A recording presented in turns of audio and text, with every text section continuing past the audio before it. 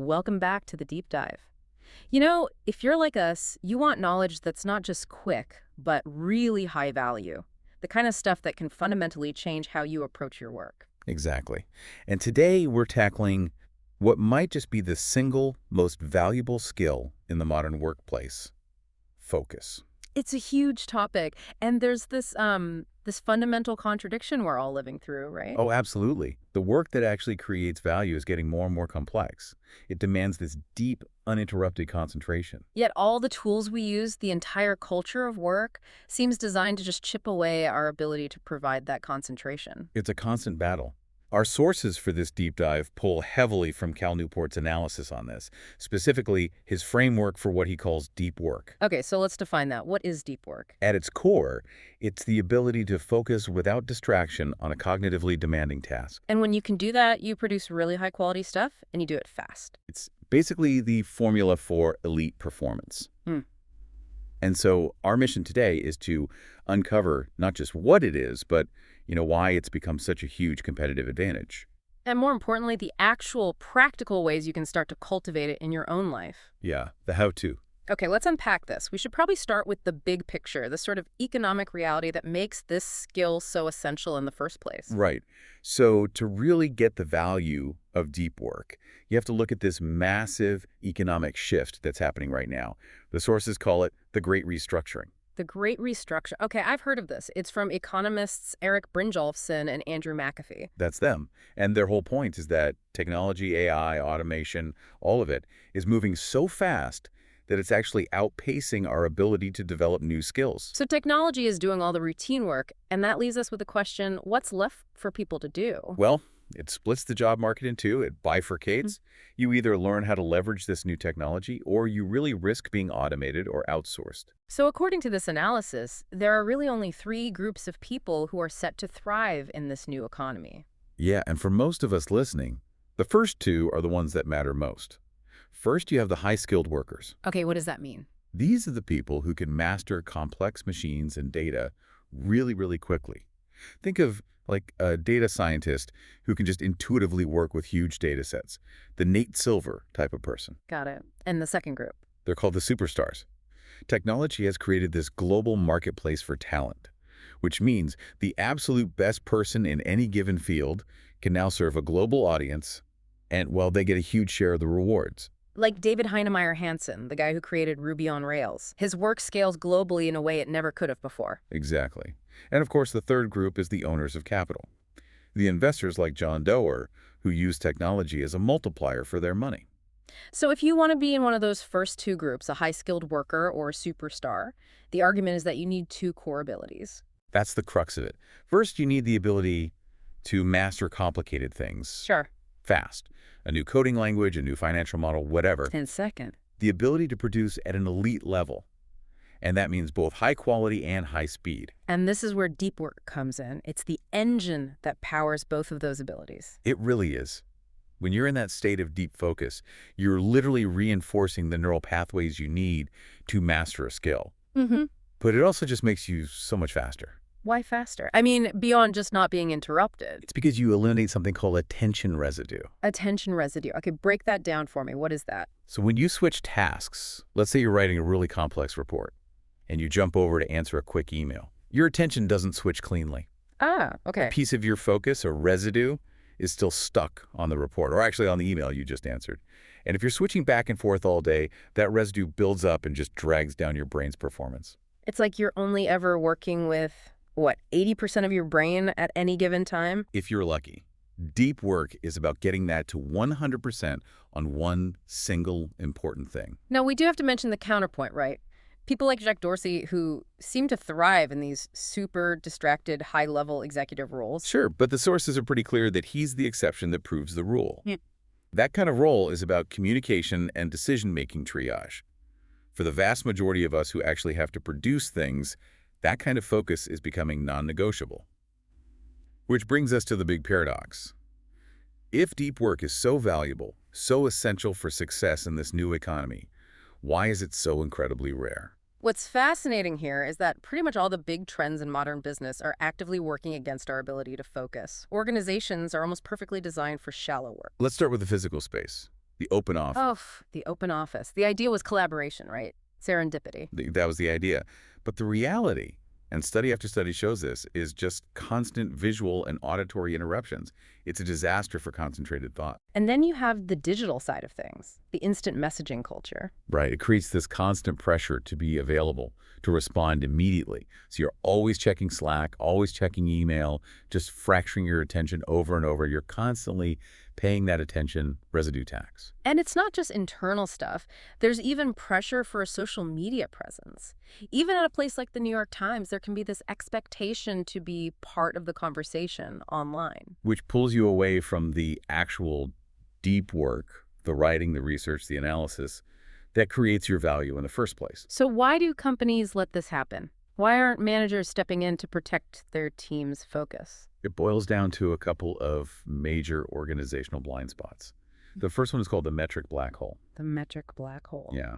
It's just really, really hard to measure the output of deep work. A brilliant strategy might take a week of quiet, uninterrupted focus to develop. But the final document looks the same, whether it took 1 month of deep work or 4 weeks of distracted, shallow work. Exactly. So it's like trying to measure your health. We can easily count our steps, which is like shallow activity, but it's much harder to quantify true fitness gains, which is the deep output. And because it's hard to measure the negative impact of all those little distractions, they just persist. They persist. And that leads right into the second blind spot, the principle of least resistance. Meaning we do what's easiest. We do what's easiest. And rapid, constant communication feels productive. It's low friction. It's certainly easier than sitting down and wrestling with a really hard problem for 2 hours. So we default to it, even though it's killing our real productivity. And that gets to the biggest problem of all, busyness as a proxy for productivity. Yeah, the performance of work. Exactly. When you don't have clear metrics for what valuable work looks like, people just fall back on being visibly busy. Answering emails instantly, being in tons of meetings, always being on. They're sacrificing real results just to signal that they're working hard. Okay, that paints a pretty bleak picture of the modern office. But if we accept that deep work is this rare, valuable superpower, we need the how. We need the actionable framework. This is where we shift. The sources break this down into 4 rules. 4 really clear rules to help you move from being reactive to being incredibly deliberate about your focus. Let's get into it. Rule number 1. Rule number 1 is work deeply. And this is all about understanding that just wanting to focus isn't enough. Your willpower is a finite resource. It's like a battery that runs down. So you can't just rely on grit. You need systems, routines, and rituals. You need structure. To get a sense of the ideal, the sources talk about this conceptual design called the eudaimonia machine. A what machine? Eudaimonia machine. It's this architectural concept for an office that's designed for optimal focus. It has 5 rooms you move through sequentially, each one getting you deeper into a state of concentration until you finally reach the deep work chambers at the core. Soundproof, total isolation. That sounds amazing, but also completely impractical for 99% of us. Totally. Mm-hmm. But it's the principle that matters. And you can apply that principle by adopting one of 4 depth philosophies. Okay, what are they? Well, there's the monastic approach, where you basically become a hermit and cut out all shallow work. Not realistic for most. Right. So more accessible are the bimodal and the rhythmic approaches. Contrast those two for us. Bimodal is about splitting your time. Maybe you take 2 full days a week and go completely offline for deep work. The rhythmic approach is more about building a daily habit-like scheduling, 90 minutes of focused work every single morning, no exceptions. Making it a non-negotiable part of your day. Exactly. And the last one is journalistic, where you grab deep work opportunities whenever they pop up. But that's the hardest to master. Okay, that's rule 1. What's rule 2? Rule 2 is embrace boredom. And I know that sounds counterintuitive. It does. Why would I want to embrace boredom? Because your ability to concentrate is a muscle. And if you're constantly feeding your brain a stream of novelty and distraction from your phone, that muscle atrophies. It forgets how to sustain focus. So we have to train it. We have to train it. And the way you do that is by scheduling breaks from focus instead of what we normally do, which is take breaks from distraction. Say more about that. That's a great distinction. It means you don't just check your phone whenever you feel a little bored. You schedule your internet time. You say, okay, I'll check social media for 15 minutes at noon. By doing that, you're teaching your brain to tolerate the absence of novelty. You're strengthening that focus muscle. Are there other exercises for this? Definitely. One is productive meditation.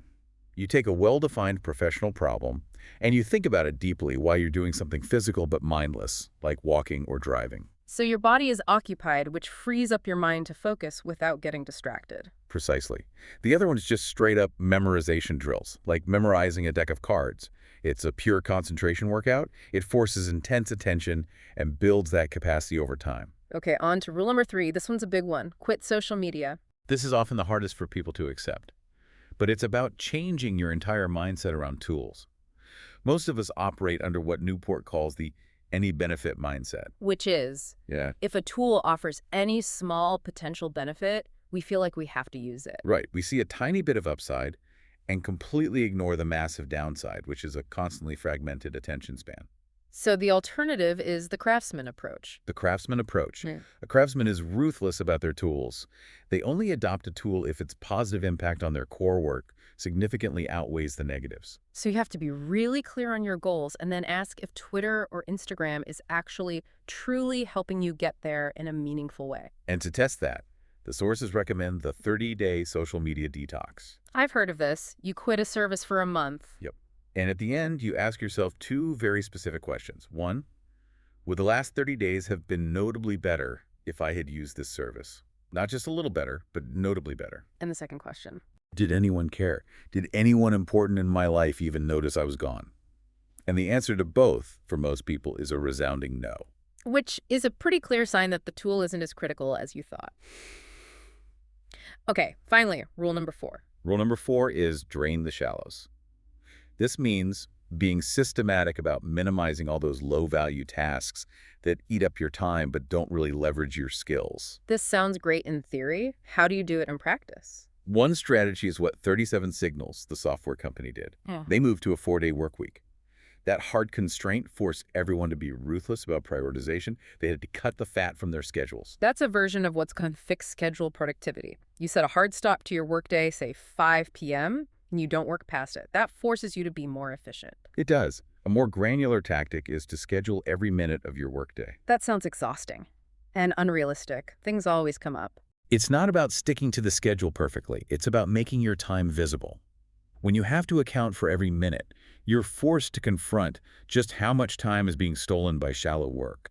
You become proactive instead of reactive. And a big part of this is becoming hard to reach, isn't it? You have to be. You have to control the incoming communication. That might mean using email filters or creating process-centric replies that reduce back and forth.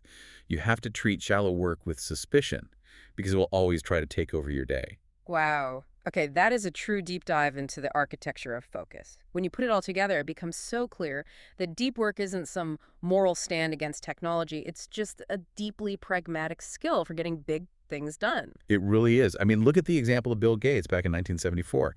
He saw the Altair personal computer and knew he had to write a basic interpreter for it. His ability to just go into this state of intense focus, working for 24, 36 hours straight. That single burst of deep work, done in less than a semester, basically launched the entire personal computer software industry. His success was a direct result of his capacity for deep work. It was his differentiator. And if we connect this to the bigger picture, this isn't just about your career. It's about building a better life. It reminds me of craftsman, like a master blacksmith, who finds meaning not in easy work, but in the intense challenge of a complicated, focused craft. Yes, a deep life is a fulfilling life. But you have to accept that it's difficult. It means you have to leave the comfort of what you called artificial busyness, the quick email replies, the social media likes, and actually sit with something hard. So what does this all mean for you listening? I think the question isn't about what new habits you need to add. It's about subtraction. What comfortable, shallow activity are you willing to let go of starting today to begin the real work of building a more focused and ultimately a more meaningful life?